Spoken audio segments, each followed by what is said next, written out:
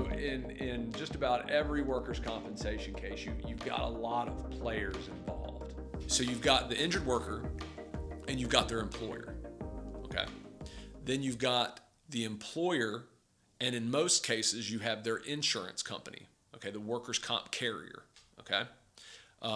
Hopefully the injured worker gets a lawyer to help them with the case. And then what will happen is the workers' comp carrier will also have a lawyer to protect them and defend them.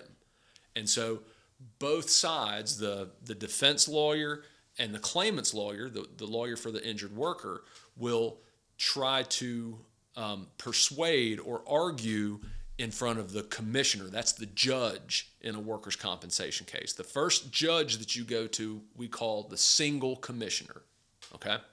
And they're the first judge, the first layer of the workers' compensation judiciary system, okay?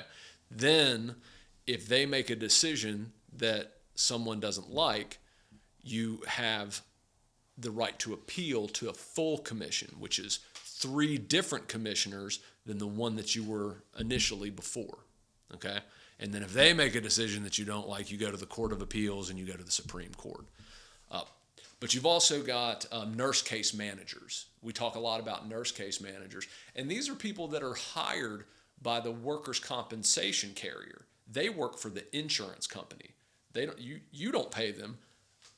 The insurance company pays them. So every now and then, you know, I don't really want to slam nurse case managers. It sounds like I am. There's a lot of great ones out there, but there's just a couple that I don't know that I think they lose sight of what they're there to do. So you've got nurse case managers, you've got